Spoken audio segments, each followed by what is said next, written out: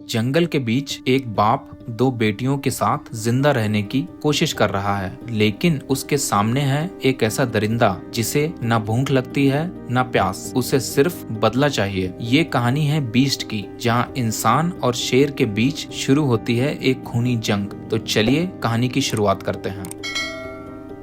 कहानी की शुरुआत होती है एक घने जंगल से, जहाँ कुछ शिकारी, जिन्हें पोचर्स कहते हैं, वो गैर कानूनी तरीके से शिकार कर रहे होते हैं। जैसे ही वो शेरों के एक झुंड को देखते हैं, गोलियों की बारिश कर देते हैं। पूरा झुंड मार दिया जाता है, सिर्फ एक शेर बचकर जंगल में छुप जाता है। दो पोचर्स उसके पीछे जाते हैं। एक पोचर अपने साथी से बात कर रहा होता है, लेकिन साथी अचानक चुप हो जाता है। पोचर समझ जाता है कि बचा हुआ शेर उसके साथी को मार चुका है। तब एक पोचर जो थोड़ा दूर होता है अपने साथी की चीख सुनता है और अपनी बंदूक लेकर निकल पड़ता है। वो देखता है कि उसका साथी खून में लथपथ उसकी तरफ आ रहा है। शरीर पर गहरे पंजे के निशान होते हैं। फिर वही शेर दोबारा सामने आता है। पोचर भागने की कोशिश करता है, लेकिन खुद के बिछाए फंदे में फंस जाता है। शेर उस पर हमला करता है और मार देता है। अब कहानी दिखाते हैं एक आदमी की जिसका नाम नेट है। उसकी बीवी की मौत के बाद वो अपनी दो बेटियों के साथ अफ्रीका घूमने आया है, ताकि वो अपनी बीवी के खोने के दर्द को भुला सके और अपनी बेटियों के करीब आ सके। प्लेन से उतरकर वो अपने पुराने दोस्त मार्टिन का इंतजार करता है, जो उससे बड़े प्यार से मिलता है और सबको अपनी गाड़ी में लेकर होटल के लिए निकल पड़ता है। होटल पहुंचकर सब थोड़ा रिलैक्स करते हैं। उसी रात नेट मार्टिन के साथ बैठता है और अपनी दर्द भरी कहानी बयां करता है, जैसे बीवी को खो देना, बेटियों से दूर जाना और फैमिली को जोड़ के रखने की कोशिश करना। मार्टिन उसे तसल्ली देता है, कहता है कि सब कुछ ठीक हो जाएगा, और पूरी रात इन्हीं बातों में गुजर जाती है। सुबह वो सब जंगल सफारी के लिए निकलते हैं। सफर के दौरान वो कई जानवर देखते हैं, जैसे हिरन, जिराफ, गैंडे, हाथी और रंग बिरंगे पक्षी। मार्टिन उन्हें एक लड़के से मिलवाता है जो शेरों के झुंड की देखभाल करता है और उन्हें पोचर्स यानी शिकारियों से बचाता है। मार्टिन खुद भी शेरों के बारे में काफी जानकारी देता है, क्योंकि वो एक वाइल्ड लाइफ रिसर्चर है जो शेरों की घटती आबादी पर काम कर रहा होता है। वो कुछ शेरों से मिलता भी है जिन्हें वो तब से जानता है जब से वो छोटे बच्चे थे, और उनका हालचाल लेता है। बच्चियों और नेट को ये सब देखकर बहुत अच्छा लगता है और पूरी फैमिली मार्टिन के इस काम को देखकर उसकी बड़ी तारीफ करती है। अब कहानी के अगले मोड़ पर मार्टिन अपनी जीप निकालता है, फिर नेट और उसकी दोनों बेटियों को जंगल के एक गहरे हिस्से की तरफ ले जाता है। रास्ते में एक छोटा सा गांव आता है, जहां वो थोड़ा आराम करने के लिए गाड़ी रोक लेते हैं। सभी लोग गांव के अंदर घूमते हैं, लेकिन मार्टिन और नेट को कुछ अजीब सा लगता है, क्योंकि पूरा गांव सुनसान पड़ा होता है। एक भी इंसान नजर नहीं आता। मार्टिन नेट को एक जगह बुलाता है। दोनों देख के शॉक हो जाते हैं। सब गांव वाले मरे हुए पड़े होते हैं और लगता है कि जैसे किसी शेर ने बुरी तरह हमला किया हो। मार्टिन ये मानने को तैयार नहीं होता, क्योंकि उसने अपनी पूरी जिंदगी में किसी शेर को इतने लोगों को एक साथ मारते हुए कभी नहीं देखा। डर के मारे सब लोग तुरंत गाड़ी में लौट जाते हैं और वहां से निकलने की कोशिश करते हैं। मार्टिन उसी लड़के को कॉल करता है जो शेरों की देखभाल करता है, लेकिन कोई जवाब नहीं आता। तभी अचानक उनकी जीप के सामने एक घायल आदमी आ जाता है। वो डर के मारे कांप रहा होता है और उसके शरीर पर गहरी चोटों के निशान होते हैं। मार्टिन और नेट उसके पास जाके मदद करने लगते हैं। तभी मार्टिन को जंगल से एक आवाज सुनाई देती है। वो तुरंत अलर्ट हो जाता है और बंदूक लेकर उस आवाज के पीछे निकल पड़ता है। नेट जीप से दवाई लेने के लिए जाता है, लेकिन वापस आके देखता है कि वो आदमी लगभग मर चुका होता है। उधर मार्टिन एक तालाब के पास पहुंचता है और शेर की आवाज का पीछा करता है। तभी शेर उस पे अचानक पीछे से हमला कर देता है। मार्टिन गोली चला देता है। नेट जिसकी आवाज सुनकर तुरंत मार्टिन के पीछे भागता है, लेकिन तभी वो खूंखार शेर नेट के पीछे भी लग जाता है। नेट गाड़ी की तरफ भागता है और दरवाजा बंद करता है, लेकिन शेर उस पर जोरदार हमला करता है। फिर वो दूसरी खिड़की से अटैक करता है, लेकिन नेट खुद को और अपनी बेटियों को बचाने की कोशिश करता है। इस टेंशन भरे पल में नेट अपनी बड़ी बेटी से कहता है कि जीप चलाए, पर वो इतनी डरी हुई होती है कि गलती से जीप को पेड़ में ठोक देती है। शेर के हमले के बाद नेट और उसकी बेटियां बहुत ज्यादा घबरा जाते हैं। सभी लोग शॉक में होते हैं और डर उनके चेहरे पर साफ दिखाई देता है। उन्हें लगता है कि कहीं वो शेर दोबारा उन पर अटैक न कर दे, जो फिलहाल उन्हें दिखाई नहीं दे रहा। तभी रेडियो पर मार्टिन का कॉल आता है। मार्टिन उसकी और उसकी बेटियों का हालचाल पूछता है, फिर बताता है कि वो खुद बहुत बुरी तरह घायल हो चुका है। उस पर शेर ने बहुत खतरनाक हमला किया है। तभी वही शेर मार्टिन के पास आ जाता है और उसे घूरने लगता है।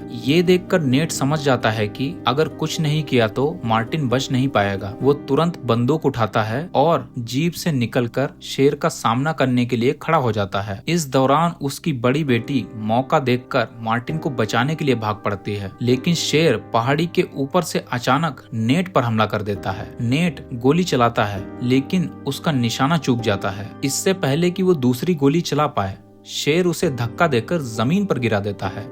नेट तुरंत जीप के नीचे छुप जाता है और शेर बार बार उस पर हमला करने की कोशिश करता है। नेट अपनी पूरी ताकत से बचने की कोशिश करता है। शेर लगातार उसका पीछा करता है, एक पागल जानवर की तरह। तभी उसकी छोटी बेटी हिम्मत दिखाती है। जीप के ऊपर से ही वो एक इंजेक्शन शेर को मार देती है। धीरे धीरे इंजेक्शन का असर होने लगता है और शेर बेहोश होने लगता है और वहाँ से चला जाता है। नेट की जान बच जाती है और वो छोटी बेटी की तारीफ करता है। उसके बाद नेट की बड़ी बेटी मार्टिन को जीप तक ले आती है। नेट उसकी चोट की सफाई करता है और उसका इलाज करता है। फिर सब लोग थोड़ा आराम करते हैं, लेकिन तभी कुछ ही मिनट्स में वही शेर वापस होश में आ जाता है। बेहोशी की दवाई उस पर ज्यादा देर तक असर नहीं करती, पर इस बार वो किसी पर हमला नहीं करता, चुपचाप जंगल की तरफ चला जाता है। इसके बाद रात हो जाती है। जीप खराब होने की वजह से सभी लोग उसी में रुकते हैं। मार्टिन थोड़ा बेहतर महसूस करता है और नेट से बात करता है। वो कहता है कि उसने जंगल में कई साल शेरों के साथ काम किया है, लेकिन ऐसा शेर कभी नहीं देखा जो इतना खूंखार हो लेकिन किसी को खाता नहीं। शायद वो किसी खास आदमी को ढूंढ रहा है। असल में ये वही शेर होता है जिसके पूरे परिवार को कहानी की शुरुआत में पोचर्स ने गोली से मार दिया था। इस गम और गुस्से में वो बदला लेने निकल चुका है। अब वो सिर्फ उन्हीं लोगों के पीछे है जिन्होंने उसकी फैमिली को खत्म किया था। कुछ पोचर्स को वो पहले ही मार चुका है और अब बाकी की तलाश में है।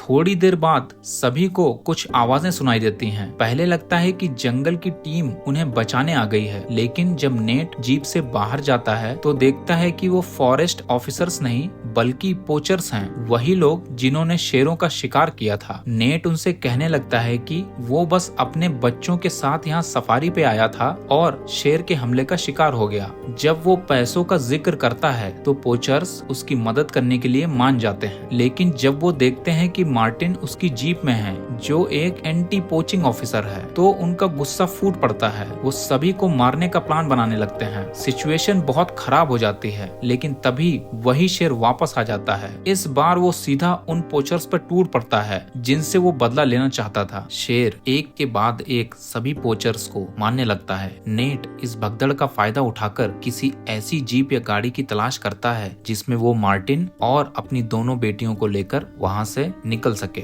लेकिन गाड़ी की तलाशी लेने के बाद उसे पता चलता है कि उसमें चाबी ही नहीं है। अब उसका फोकस एक ही चीज पर होता है, वो आदमी जिसके पास गाड़ी की चाबी है। नेट उस आदमी को ढूंढते हुए एक तालाब के पास पहुंच जाता है, लेकिन मुश्किल ये होती है कि खूंखार शेर भी वहां होता है जिसने पहले ही काफी पोचर्स को मार दिया होता है। नेट अपनी जान बचाने के लिए कभी पानी में छुप जाता है, कभी किसी पेड़ पर चढ़ जाता है। हर तरीके से शेर की नजरों से बचना चाहता है। आखिरकार वो एक पोचर की पॉकेट से चाबी निकालने में सफल हो जाता है। इधर दूसरी तरफ जीप के पास मार्टिन और नेट की दोनों बेटियां होती हैं। तभी शेर वहीं पहुंच जाता है। तीनों जीप में छिपने की कोशिश करते हैं, लेकिन एक मौका देखकर शेर नेट की बड़ी बेटी पर हमला कर देता है, जिससे वो बुरी तरह घायल हो जाती है। मार्टिन तुरंत रिएक्ट करता है, दोनों लड़कियों को जीप से बाहर निकलने को कहता है ताकि वो उनकी जान बचा सके। अपनी जान दांव पर लगाकर मार्टिन शेर को जीप के साथ नीचे ले जाता है। इस टक्कर में शेर भी जख्मी हो जाता है और मार्टिन भी, लेकिन शेर अब भी जिंदा होता है। उसके अंदर बदले की आग अब भी जल रही होती है। वो मार्टिन की तरफ दोबारा बढ़ता है। मार्टिन उस वक्त एक ऐसी जीप के अंदर होता है जिसका टैंक लीक हो रहा होता है और पेट्रोल गिर रहा होता है। जैसे ही शेर उस पर अटैक करता है, मार्टिन अपना लाइटर जलाकर जीप में आग लगा देता है। तेज धमाके के साथ जीप में ब्लास्ट होता है और शेर आग की लपेट में आ जाता है और मार्टिन भी। उधर नेट जीप के पास पहुंचता है और देखता है कि उसकी बड़ी बेटी जख्मी है। वो तुरंत कपड़ा बांधकर उसके घाव की सफाई करता है। फिर मार्टिन के बारे में पूछता है। बेटियां बताती हैं कि मार्टिन ने उन्हें बचाने के लिए जीप के साथ नीचे छलांग लगा दी थी। नेट सब कुछ समझ जाता है। मार्टिन की बचने की संभावना अब ना के बराबर होती है। नेट हिम्मत जुटाता है और अपनी दोनों बेटियों को जीप में बिठाकर जंगल से निकल पड़ता है। बड़ी बेटी की तबीयत खराब होती जा रही होती है, इसलिए वो रास्ते में ही एक पुरानी टूटी फूटी बिल्डिंग देखकर वहाँ रुकने का फैसला करता है। उस बिल्डिंग में जाकर वो अपनी बेटी का इलाज वहीं पड़े कुछ सामान से करता है। फिर वो बिल्डिंग के अंदर थोड़ा और तलाशी लेता है मेडिकल या किसी मदद के सामान के लिए। तभी कहानी एक और ट्विस्ट लेती है। वही शेर जो सबको लगा था कि मर गया है वापस लौट आता है। नेट समझ जाता है कि ये जानवर तब तक नहीं रुकेगा जब तक सब कुछ खत्म नहीं हो जाता। इस बार नेट एक प्लान बनाता है। वो अपनी बेटियों को बिल्डिंग में छुपाकर शेर का ध्यान खुद पर ले लेता है और उसे जंगल की तरफ भगाता है। तेज भागते हुए नेट उस जगह पहुंच जाता है जहां पहले मार्टिन शेरों के ग्रुप के साथ था। उसका प्लान होता है इस शेर को दूसरे शेरों के इलाके में ले जाना, जिससे कि दूसरे शेर उसे देख लें और उस पर हमला कर दें। बिल्कुल वैसे ही होता है। शेर नेट पर हमला करता है, उसे जख्मी कर देता है, लेकिन इससे पहले कि वो नेट की जान ले दूसरे शेर उस पर टूट पड़ते हैं। जंगल के नियम के मुताबिक उनका इलाका बचाने के लिए वो उस अकेले शेर पर हमला कर देते हैं। आखिरकार वो मिलकर उस शेर को मार डालते हैं। तब तक फॉरेस्ट डिपार्टमेंट वाले वहां पहुंच जाते हैं। वो नेट और उसकी दोनों बेटियों को बचाते हैं। नेट होश में आता है कुछ दिनों बाद हॉस्पिटल के अंदर। आँख खुलते ही सबसे पहले वो अपनी दोनों बेटियों को देखकर खुश हो जाता है। दोनों सही सलामत होती हैं। इस सफर के बाद नेट का अफ्रीका आने का मकसद पूरा हो जाता है। ना सिर्फ वो अपनी बीवी के गम से उभर जाता है, बल्कि अपनी दोनों बेटियों के करीब भी आ जाता है। अब वो तीनों मिलकर अफ्रीका में ही एक नई जिंदगी शुरू कर देते हैं, जहां खौफ नहीं सिर्फ प्यार और खुशी होती है।